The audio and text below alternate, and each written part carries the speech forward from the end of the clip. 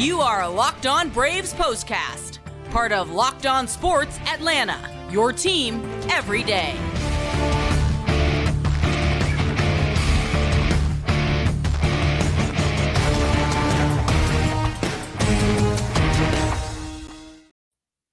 And hello and welcome into the Braves POSTCAST. Grant McAuley, Jake Mastroianni with you on a Sunday in which the Braves, well, they saved their best for last. And it was Marcell Ozuna who delivered for a 9-7 comeback win with his team down to its very last strike in the ninth inning. I should have worn the other shirts. We talked about this right before I got started. You might have seen it in the opener. The Braves won handily. I wore the shirt. It said, "You can win ugly, but you can't lose pretty." Well, I think the Braves proved that in the finale. So at least I got it worked into this series. And the Braves will take the wins regardless of how they look. It also gives them a series victory to start out their 6-game road trip. And we got a lot to get into on this edition of the Braves POSTCAST, part of the Locked On Podcast Network, your team every day. Leave us those likes and comments. Make sure you subscribe here on YouTube to Locked On Sports Atlanta. Make sure you subscribe to Locked On Braves wherever you get your podcasts. And also want to let you know today's episode is brought to you by FanDuel. Right now, new customers get $150 in bonus bets guaranteed. That's $150 win or lose. Visit FanDuel.com/lockedon to make your first bet an automatic win. FanDuel, America's #1 sports book. Well, when it comes to number one in the Braves lineup, usually we're talking about what Ronald Acuna Jr. is doing, and we're talking about the #1 spot. But Jake, over the first 14 games of this season, I don't think there's anybody who's made more headlines and done more heavy lifting for this Braves lineup than Marcell Ozuna.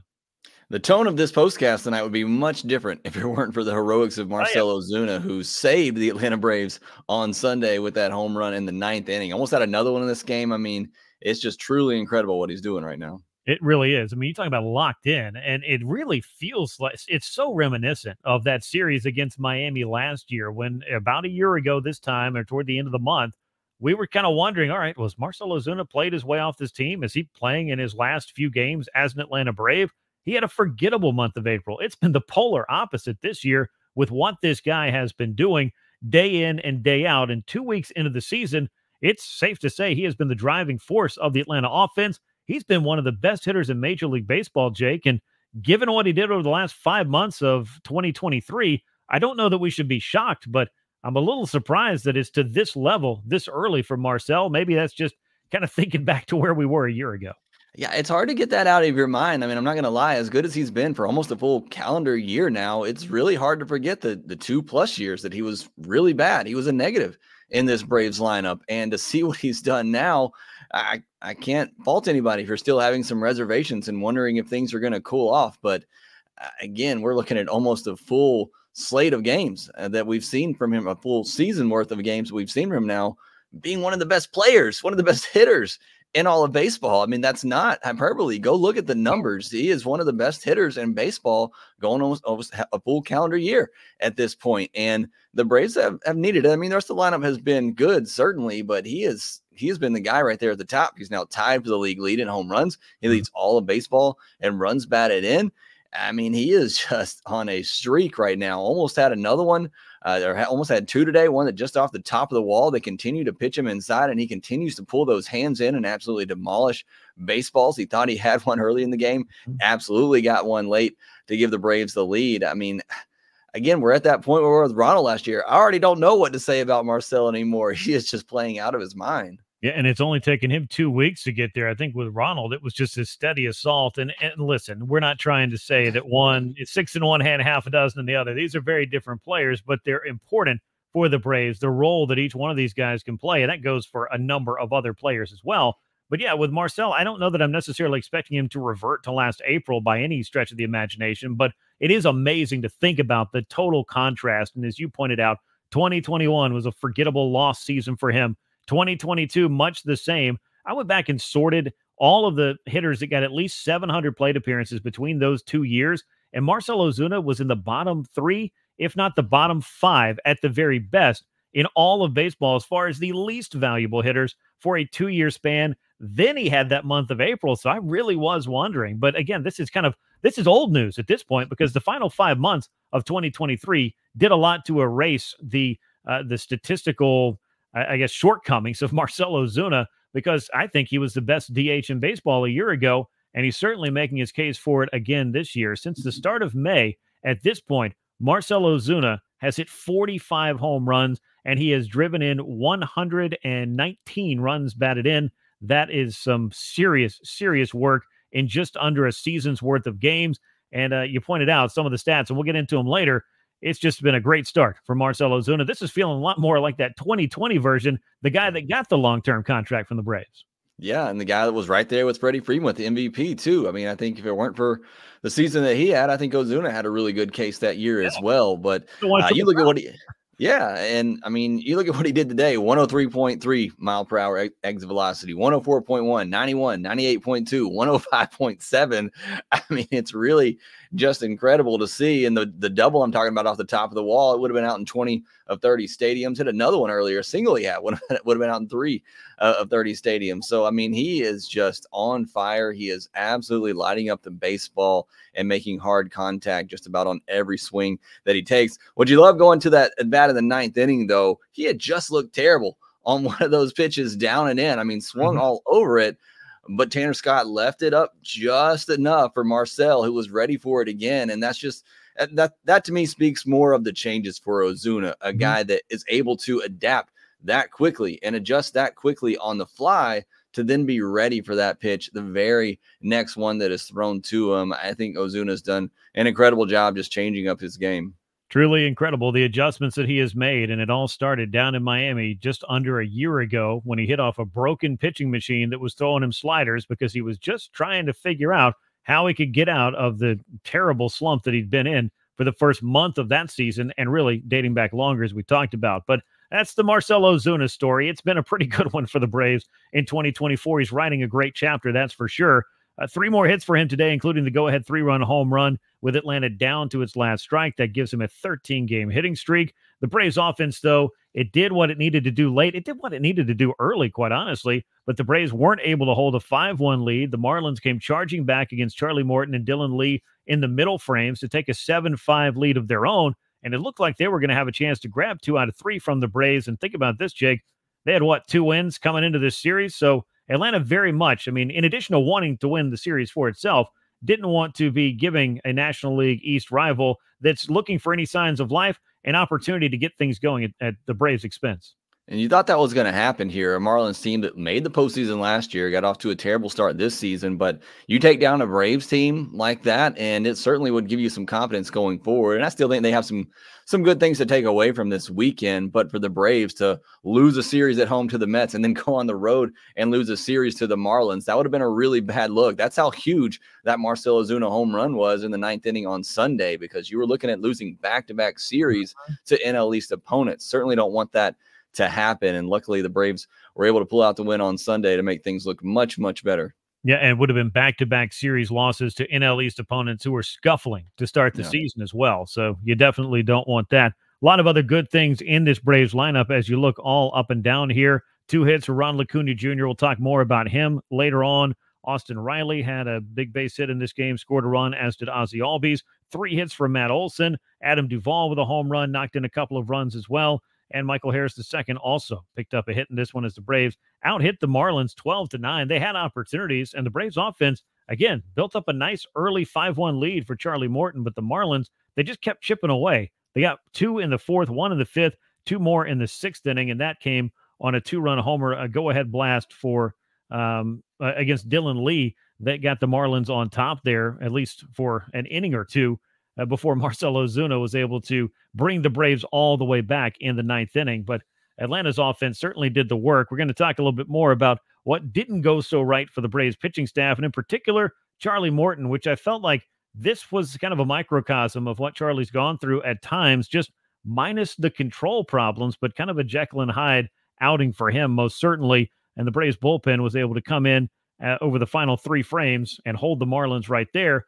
which helped the Braves find the runs that they needed in the form of the Marcell Ozuna home run. So a lot to get into as we continue here on the Braves Postcast, and we will get to all of it next right here.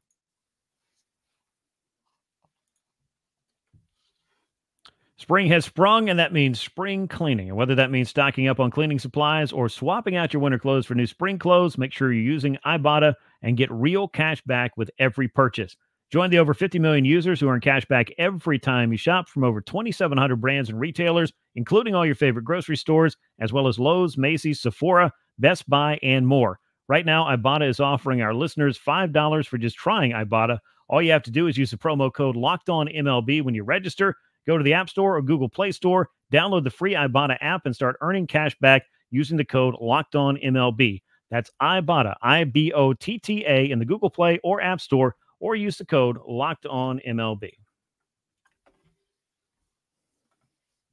Well, Jake, let's talk a little bit about the Braves pitching staff on this day, because while the offense certainly got the work in early and got the work in late, as we just discussed, this was kind of a tough one for Charlie Morton in particular. I'm not really sure what to point at in this game, because you look at the line score and it kind of feels a little bit like the Chris Sale outing, in that you look at a bunch of strikeouts. The walks weren't really a problem for Morton on this day, which that can oftentimes be an issue for him, but just not able to keep the Marlins at bay and have those nice, easy 1, 2, 3 innings. Yeah, it's really hard to figure this one. I kind of want to go back and watch it again, and also kind of don't, because you look at the line and you see one walk and 8 strikeouts. If you would have just seen that, I would have told you this was a brilliant outing from Charlie Morton. And then he had a great game. And then you look and see 6 earned runs. And it's just like, what happened?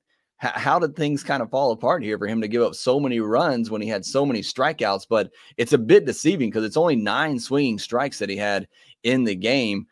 But the Marlins game plan in this seemed to be to try to look for that curveball and attack early. 6 whiffs on the curveball, 21 swings. That's 29%. That's not bad, but you look at the curveball for Charlie Morton this year, just a 26.8% whiff rate, which again, not terrible, but that's normally in the 40% for Charlie Morton. So that curveball seems to be, I don't know if hitters are looking for it, teams are adjusting to it.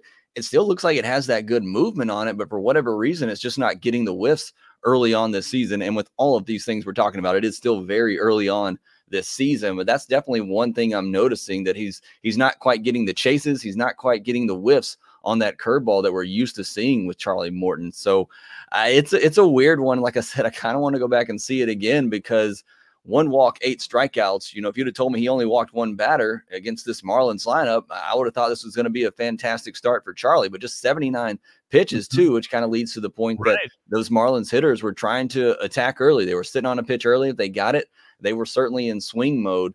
But 6 earned runs, it just can't happen, especially when this Braves offense gives you a lead like that against a team like the Marlins. You got to expect a guy like Charlie to be able to pitch 5, 6 innings and be able to win that ball game. Yeah, and I think that with that pitch count, there was no reason to not have him out there in the 6th inning if you're the Braves and you're thinking, okay, well, we're going to continue on this road trip. We're not trying to start emptying out the bullpen every time a starter gets in trouble. But in the bottom of the 4th inning, a Jazz Chisholm double made it a 5-2 game. Brian De La Cruz with an RBI single to bring home Chisholm made it 5-3. Then you get into the 5th. Luis Ariz brought home a run and grounding into a double play to make it a 1-run game. And then the 6th inning is where it just started to get away. A Jesus Sanchez single knocked in Emmanuel Rivera. And then Nick Gordon's home run actually came off Dylan Lee after the game had just been tied up by Sanchez. That put the Marlins on top, and they had to be feeling pretty good after that, because that 5-1 advantage for the Braves had vanished over the course of that 3 innings. And again, I think you're right, Jake. You kind of scratch your head a little bit, because you look at the line score, at least for Morton, and you think, okay, well, he didn't give a bunch of free base runners, and he got enough strikeouts that you might feel like he was going to be able to short out any rallies that were going against him. But this is one of those games where maybe the line score and the box score don't match the eye test. I think the same thing could be said for Chris Sale, though I felt like he looked great on Saturday, but the 5 earned runs, Chris Sale described it a very different way that we're not going to repeat on the podcast, but he did give the Braves 7 innings. And that, of course, helps when you're not trying to, again, empty out the bullpen. But that bullpen did come in and get that work done. Let's talk about a couple of the key contributors. I know that Dylan Lee made the mistake, gave up the home run. The Marlins took the lead, but how about Joe Jimenez coming in, doing some serious work?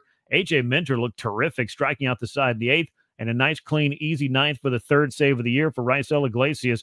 The bullpen came in and was able to, after the Marlins took the lead, keep them right there. And as Brian Snitker has said so many times, and I think the same 2 guys that keep hosting this postcast keep saying, if you leave the door cracked for this group, they may find a way to get back into a game and win one they weren't supposed to. The Braves have been known to do that.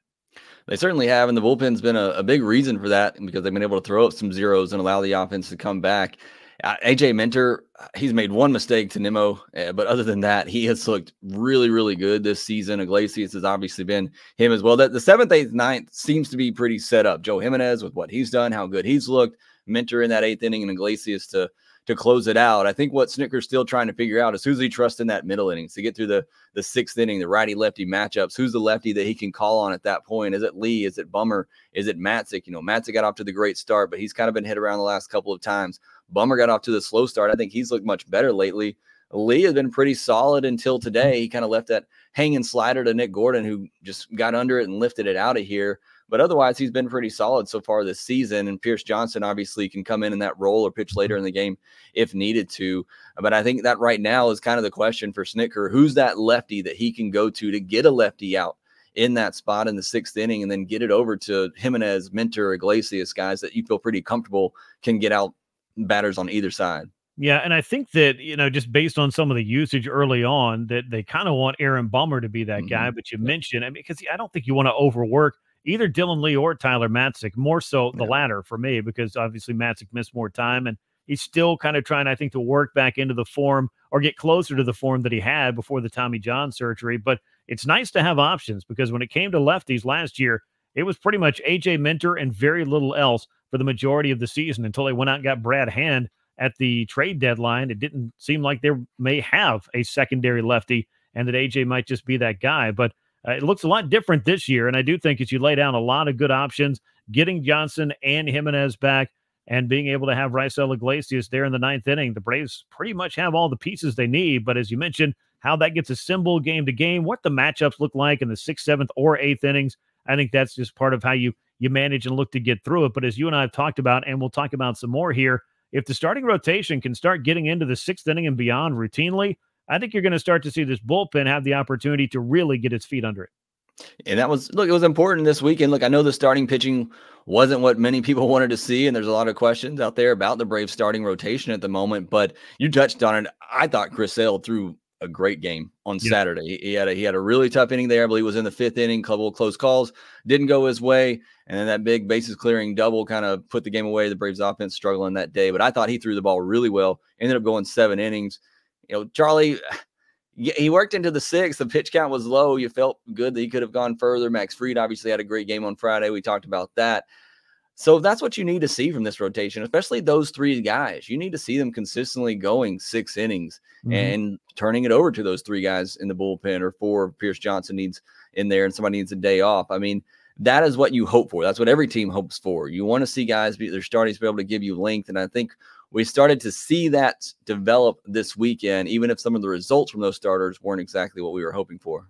Yeah, but as long as you can get those innings and get that length from the rotation, a lot of days the offense is going to give you that chance. And a lot of offenses in baseball would love to have some of the off days that the Braves have.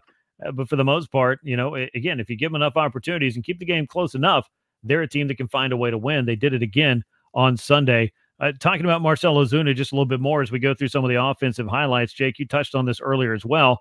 The 3 hits, including the game-winning homer, that gives him a 13-game hitting streak. 4 runs batted in, brings him up to 21 on the year. That leads Major League Baseball all alone, and he is tied with Tyler O'Neill with 7 home runs, also the most in MLB. Now second in average in the National League anyway at 373. He's tied behind our old friend Wild Bill Contreras up there in Milwaukee. But again, I feel like this Marcell Ozuna is looking a lot like the guy from 2020 that came very close to winning a Triple Crown and could have won an MVP a lot of years had Freddie Freeman not been busy putting on that show that Jake mentioned earlier.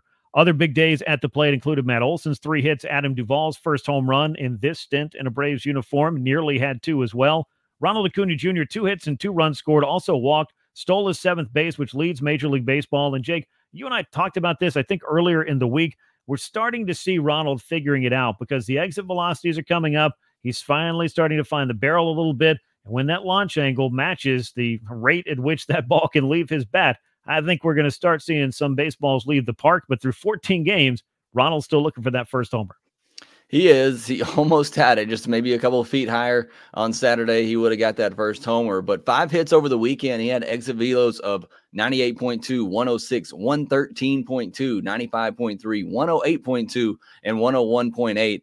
those are more numbers that we're used to seeing from Acuna. Like I said, now it's just finding that barrel. He did finally get his first barrel of the year over the weekend, and he's going to get there. And once he does, with the contact that he makes and how hard he hits the ball, he's going to start seeing those extra base hits and those home runs. But we talked about this, I know as well, just the way that he's able to still contribute, get on base with the singles, walks, steal a base, whatever it may be, score a run. He still does that no matter what.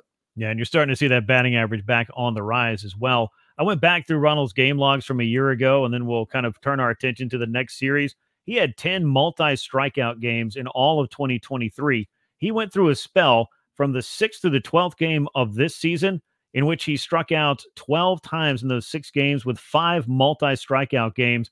Well, in the last, 6 games now, he has only struck out twice. So he is starting to adjust at the plate, and we're starting to see Ronald get back to the guy we expect, and the guy that has, I think, a very good mastery of the strike zone, a very good idea of what he wants to do, and hitting the ball hard. That's something Ronald Acuna Jr. can do better than just about anybody in the game of baseball at any level. When we come back, we will talk about the new series for Atlanta. It is the Houston Astros awaiting as the road trip continues, and we will talk about that next on the Braves Postcast.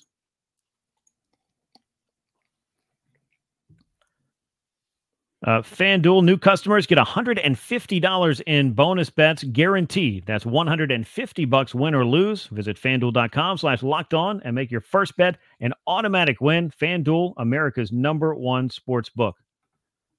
If you're struggling to close deals and business-to-business selling is tougher than ever for you, that's why I want to tell you about LinkedIn Sales Navigator. LinkedIn Sales Navigator is a sales intelligence platform that helps professionals effectively prospect and engage with high-value customers, drive higher revenues, and increase sales performance. Sales Navigator helps you target the right buyers, surface key signals such as job changes, which accounts you should prioritize, and shows you the hidden allies so you can find those buyers who are most likely to convert.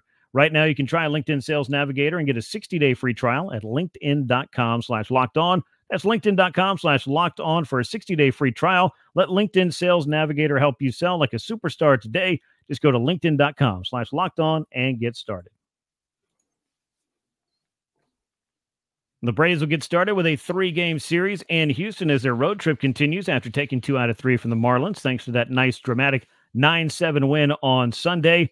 This 3-game set against an Astros club that scuffled to coming out of the gates this year over the first couple of weeks. They just took 2 out of 3 against the Texas Rangers, a club that the Braves will see next weekend when they come back home. Darius Vine's going to get the ball in the opener of this series, Jake. He is next up for Atlanta in rotation. We know a little bit about him. We saw a little bit of Darius Vines in 2023, but for right now, it looks like the Braves are just trying to kind of patchwork this rotation in that spot as they continue to try to find the long-term answer in Spencer Strider's absence. Yeah, I don't know. Bryce Elder was scheduled to pitch on Saturday and Sunday, and Gwinnett was scratched from both of those. Haven't heard if that's injury related or not, but I kind of thought if he didn't pitch that he might be the guy to come up on Monday, but Vine's already there, kind of like they did with Winan, so might as well just go ahead and give him a start. And look, Darius Vines looked good at times last year. I thought I was very impressed with him last season when he made a couple of spot starts, so he'll get that opportunity. We'll see what happens. It very well could be that Bryce Elder still gets the next chance, but Vines is here now. And we'll get a good look at him on Monday against the Astros. And again, I think he's a guy, he's similar to Elder and Winans and the others that are fighting for this 5th spot right now. He's going to have to mix it up. He's going to have to keep guys off balance, and certainly capable of doing that against this Astros team. He's going to be going up against a 24-year-old who gave up 7 earned in 3 innings his last time out as well. So if this comes down to a slugfest, Astros got a really good lineup, but I like the Braves' chances.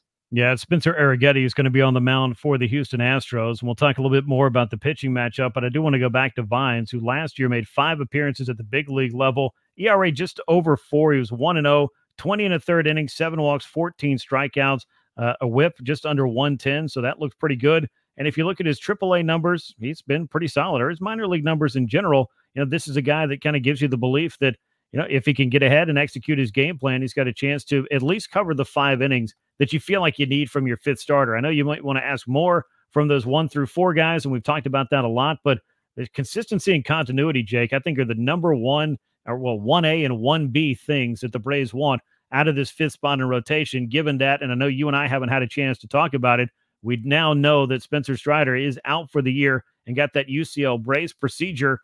that may have him back early next season, but for 2024, the Braves are going to have to make their plans without Spencer Strider, and that is going to be a lot easier said than done. Yeah, I mean, I know we've said it on here several times. You're not going to replace him. Look, even if you go out and trade for somebody, you're not going to get somebody to the level of a Spencer Strider, or if there is somebody out there like that. I don't know if the Braves can afford it in prospect capital. You're going to need at least one or two more guys to step up. I mean, look at the way pitcher injuries are going. I don't want to speak it into existence, but who knows? Braves could certainly lose somebody else in the rotation as well. So they're going to need a couple of more guys to really step up and grab hold of a spot. But Darius Vines, I mentioned, I like what I saw from him last year. The cutter was really good, 30% whiff rate on that. That changeup was really good as well, 32% whiff rate on that pitch. And he kind of mixes up those two pitches along with a four seam and a slider that'll throw in some. So he has some good pitches that's not high velocity, nothing averaged over 90 miles per hour last year. But if he can locate it and he's got the good movement on that cutter and changeup specifically, he's a guy that can get you through 5 innings. I know we've talked about that. That's really what you're looking for with this team right now from the fourth, fifth starter spot. Just give this team 5 innings, keep them in the game, allow the offense to go to work. Yeah, and the offense can seriously change any game with one swing of the bat. We saw that again on Sunday, the reminder, a not so subtle reminder of that, just how good this team can be. Reynaldo Lopez is going to follow Darius Vines in game 2 of the series. Max Fried will get the ball on the finale on Wednesday, heading into the Thursday off day. Houston will throw Spencer Arrighetti on Monday. Hunter Brown, who has also been under fire this year and really last year as well. Young pitcher with great stuff, but has not been able to avoid the big inning. And JP France will throw Wednesday's finale for the Houston Astros. So those are the pitching matchups. And Jake, if you look at it on paper, which the game is most certainly not played on, it would seem like the Braves have things lined up as well as they can at the moment, given that they've had some good starts from Reynaldo Lopez, and what we saw over the weekend from Max Fried made you feel like he's still Max Fried. Yeah, I certainly loved what we saw from him. Want to see him obviously build on that and have another good start. Not that he doesn't have the track record to make you believe that he will continue to do so, but it was a rough start to the year. And he was obviously facing a Marlins offense, despite what we saw on Saturday and Sunday, that really isn't that good and is one of the worst in the league. So to see him double up on that and do it against a good Astros offense would certainly be a nice outcome for the Braves. And Max Fried, Reynaldo Lopez, we talked about it. He's given the Braves the most quality starts to this point. Would love to see that continue. And as you said, on paper, these matchups look pretty favorable for the Braves, especially those last 2 games with, even Hunter Brown. He gave up 11 hits and 9 runs and didn't make it out of the first inning his last start. Way baseball is, he's probably going to pitch a shutout come this week. But, I mean, as you said, he's struggled early on. Top prospect, but just hasn't got it going at the major league level. And if it does, as I said, become a slugfest, as good as the Astros are, I like the Braves anytime that's on the table. And hopefully that's not the case. Hopefully the Braves starters go out, especially Lopez, Fried, and Vines, like I said, can give you 5 innings. But if those guys can give you some length, this offense I feel pretty comfortable about with those pitching matchups, being able to come away with another series win. Yeah, and the Braves would very much like to take a series win out of Houston into Thursday's off day. Then they'll have another team from Texas waiting on them at Truist Park. That'll be the Texas Rangers, the defending World Series champs, who will get the next homestand started for the Braves. But we're not going to get ahead of ourselves there. And the Braves, they're not going to get ahead of themselves on this road trip either. They've got one more series to go. It is Darius Vines on the mound on Monday, and he will get the ball for Atlanta against Spencer Arrighetti of the Houston Astros as that gets everything started. And that is an 8:20 first pitch, I believe, at Minute Maid Park. Let me double check that, though. 8:10. I would have had you way late in the game. You might have missed Ronald Acuna Jr.'s first at bat. We don't want that. So 8:10 p.m. Eastern time, first pitch. If you're Central, obviously 7:10 p.m. Eastern time. And that will conclude the geography and timing for game 1 of this series. It'll also conclude this edition of the Braves Postcast. We appreciate you, as always, riding along with us. Make sure you subscribe to Locked On Sports Atlanta here on YouTube. Leave us those likes and those comments. Share the show with a friend, and subscribe to Locked On Braves for every audio edition of the Postcast and all the great stuff Jake has coming for you all season long as well. Once again, the Braves winners in dramatic fashion against the Houston Astros. Thanks as he gave the Braves a win when they were down to their very last strike with a dramatic 3-run homer. Tremendous job of coming back for the Braves to look to keep that momentum going as they face the Houston Astros in the first of that 3-game set on Monday. For Jake Mastroianni, I'm Grant McAuley. We will catch you next time. And until then, so long, everyone.